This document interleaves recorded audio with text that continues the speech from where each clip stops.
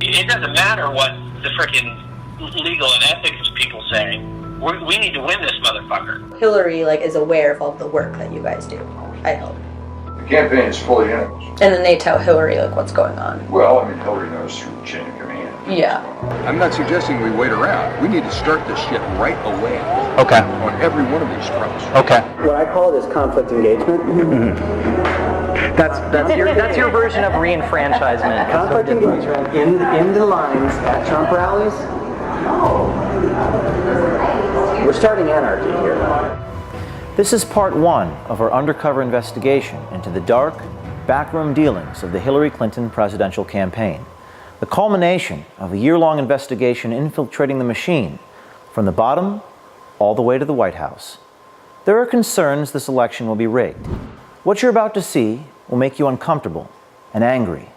It's graphic, uncensored, and disturbing. Our attorneys say there is strong evidence of criminality, and this is just part one.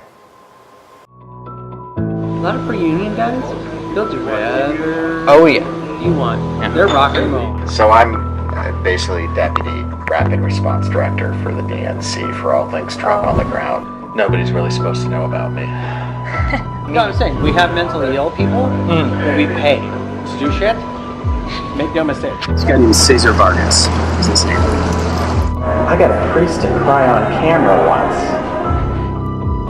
You know, Brad and Bob and Lux and myself are all part of the old school method where it doesn't matter what the frickin' legal and ethics people say. We need to win this motherfucker. So Bob is really good friends with him, and talked to him this afternoon, and they are all in. If we can get 25 grand, they're all in. There is a narrative that supporters at Trump rallies are violent and dangerous, looking to beat up protesters who don't agree with them. But our undercover investigation into the Hillary Clinton Democratic Party machine reveals a very different story. If you're there and you're protesting and you do these actions, you will be attacked at Trump rallies. That's what we know. So that's part of the process of eliciting the reaction. The whole point of it is we know that Trump's people will freak the fuck out. His security team will freak out, and his supporters will lose their shit. This is Scott Fogle. He is the National Field Director for Americans United for Change. He used to work for People for the American Way, an organization funded by George Soros. He also has his own company called the Fogle Group. He is one of the dark operatives for the Clinton campaign. We are contracted directly with the DNC and the campaign, both. Yeah. I am contracted to him, but I answer to the head of special events for the DNC and the head of the special events and political for the campaign. The campaign pays DNC, DNC pays Democracy Partners pays the Fogle Group, the Fogle Group goes and executes the shit on the ground. Democracy Partners is a private political consulting company with deep ties to Hillary Clinton, Barack Obama's White House, and the Democratic National Committee. We are the primary mechanism as a team. Democracy Partners is the tip of the spear on this. Wherever Trump and Pence are going to be, we have events. Okay. And we have a whole team across the country that does that. Both consultants and people from the Democratic Party and the Democratic Party apparatus and people from the campaign, the Clinton campaign. My role with the campaign is to manage all that. Bob Creamer is Democracy Partners. He is the husband of Jan Schakowsky, a Democratic congresswoman from Chicago, and in 2005 he pled guilty to tax violations and bank fraud. He was convicted and sentenced to 5 months in prison and 11 months of house arrest. He founded Democracy Partners in 2011. Just for a little orientation, Democracy Partners is kind of a group practice of a variety of consultants that do essentially a wide variety of different kinds of political consulting. I work with Bob Kramer one-to-one all the time. I'm the white hat. Democracy Partners is kind of the dark hat. Bob Kramer is diabolical, and I love him for it. Yeah. This investigation has revealed compelling evidence of a dark money conspiracy, a violation of federal campaign coordination laws between Hillary Clinton's campaign, Priorities USA, Hillary's super PAC, and the Democratic National Committee. We have a quick deliverable that we have to deliver every day for our groups of clients who are involved in these projects. AUFC, A4C, which is Alliance for Change, Alliance for Retired Americans, which is part of AFL-CIO. They're one of our partners on the AUFC stuff for social security. Depends on the issue. And then there's the DNC and the campaigns and priorities. Priorities is a big part of this too. The campaigns and DNC cannot coordinate with priorities, but I guarantee you that the people who run the super PACs all talk to each other, and we and a few other people are the hubs of that communication. Like, so you're kind of like intermediaries between the super PACs and the DNC. But the DNC, they can't talk to each other. Okay. But you guys are kind of like... We're consultants, so we're not the official entity. And so those conversations can be had between consultants who are working for different parts. Yeah. Okay. That's why there's Bob, who's the primary there, and I'm a sub to him, and I'm also primary to AUFC separately. That's why. So there's like a Morse code between the DNC and the super PACs. It's less of a Morse code than it is a text conversation that never ends. It's like that. It's kind of like an ongoing Pony Express. Okay, so I mean that's not as efficient as it could be, but that's because the law doesn't allow it to be. The thing that we have to watch is making sure there's a double blind between the actual campaign and the actual DNC and what we're doing. There's a double blind there. And how so that they can plausibly deny that they knew anything about it. Scott Fovel is Kramer's attack dog. Fovel and his people train the agitators to go to Trump rallies, and nothing is left to chance. There's a script. Oh, there is a script. There's a script. Okay. There's a script of engagement. Sometimes the crazies bite, and sometimes the crazies don't bite. They're starting confrontations in the line, right? They're not starting confrontations to volunteers in the rally, because once they're inside the rally, they're under Secret Service's control.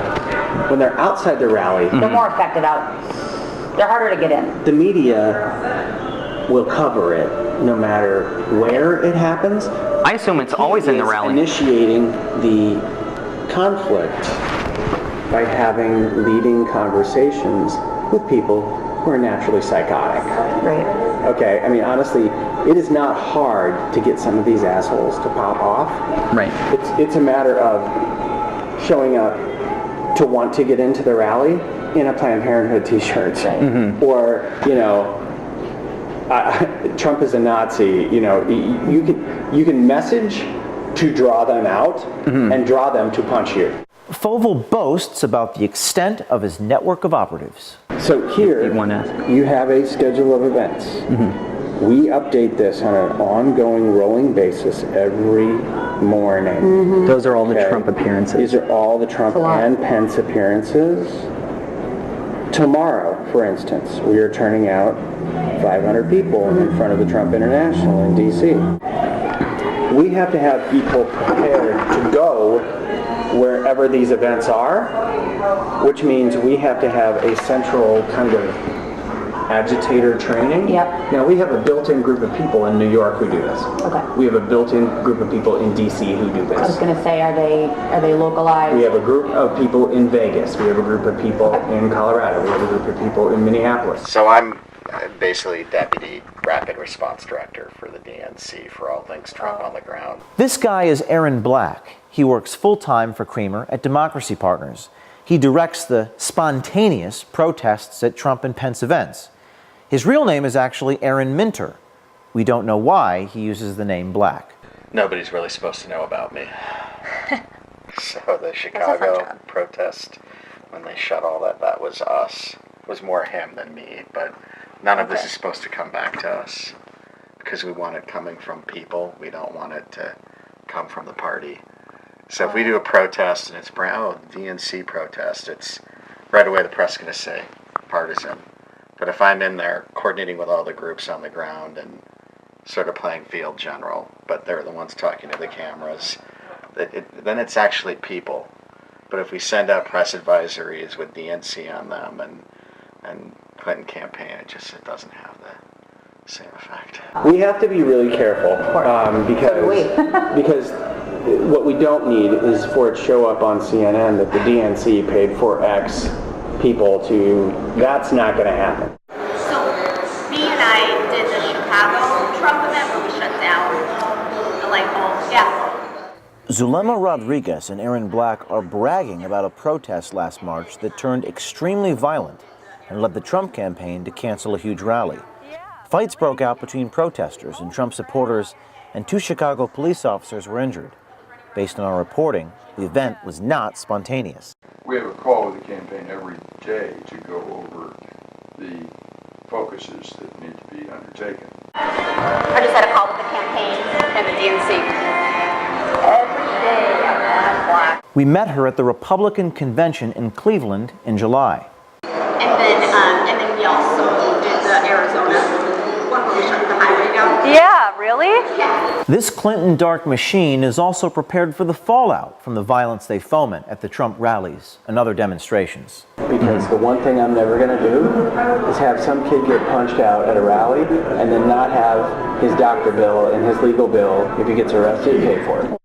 Ultimately, the whole endeavor is to get negative press of Trump and his supporters in local and national media. It's something that Bob and I obsess about. Is we're not going to go to an effort to just do an event and not have anybody show up or not have it covered.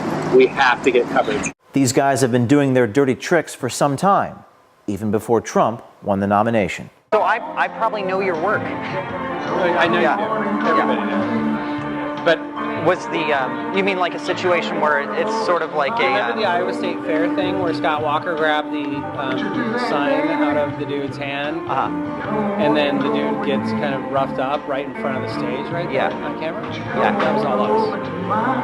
The guy who got roughed up is my counterpart who works for Bob. And that was like storyboarded, that him getting roughed up, or scenarioed it. So you like lent yourselves to that situation, and it happened. We not it was only a lent self-fulfilling prophecy. We planted multiple people in that front area around him and in the back to make sure there wasn't just a action that happened up front. There was also a reaction that happened out back. Remember this woman? Her name is Shirley Teeter. She is a 69-year-old sufferer of COPD. According to numerous news stories at the time, she was assaulted at a Trump rally in North Carolina by Trump supporter Richard Campbell. The media played her story across the country for days. She was one of our activists. She was one of your activists who had been trained up to bird dogs. Yes. So the term bird dogging, you put people in the line at the front, which means they have to get there at 6 o'clock in the morning, so they're getting the front of the rally, so that when Trump comes down the rope line, they're the ones asking him the question in front of the reporters because they're pre-placed there. To funnel that kind of operation, you have to start back with people 2 weeks ahead of time and train them how to ask questions. Right. You have to train them to bird dog. No, I'm saying, we have mentally ill people that we pay to do shit.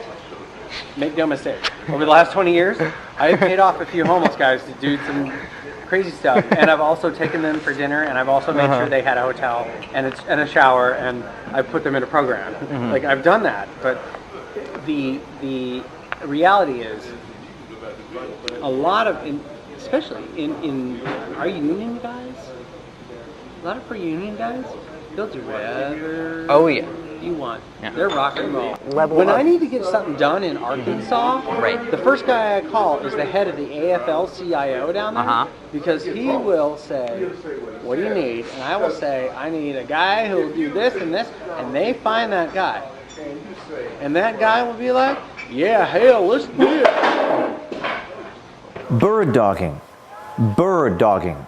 It's a word we had not heard until we got into this investigation. But when we checked the WikiLeaks Clinton emails, we found references to the term in emails to and from the campaign. This is a chain where Clinton campaign manager Robbie Mook suggests it might be a tactic to employ to shore up support with Hispanic voters. After our report, they may also need some help with the people in Iowa and Wisconsin. So I have to be really honest. Iowa is a difficult case because it's a 50-50 state, and honestly, half the state is racist as fuck. I came home last night and really just, I was upset because that's not the way I was raised, and that's not the Iowa that I grew up in, but you kind of have to accept that that's the way it is. Now, it's not who you are, but that's what the state is. Right. Wisconsin is just as bad. Okay. I'm Hillary Clinton, and I approve this message. Corruption. As you can see, it's alive and well in our country, and you're paying for it. As we continue to release more videos, you must hold the mainstream media to account to further investigate what we've uncovered. America, our war is here. We must decide if we're going to save this country or lose it. To quote Abraham Lincoln, America will never be destroyed from the outside. If we falter or lose our freedoms, it will be because we destroyed ourselves.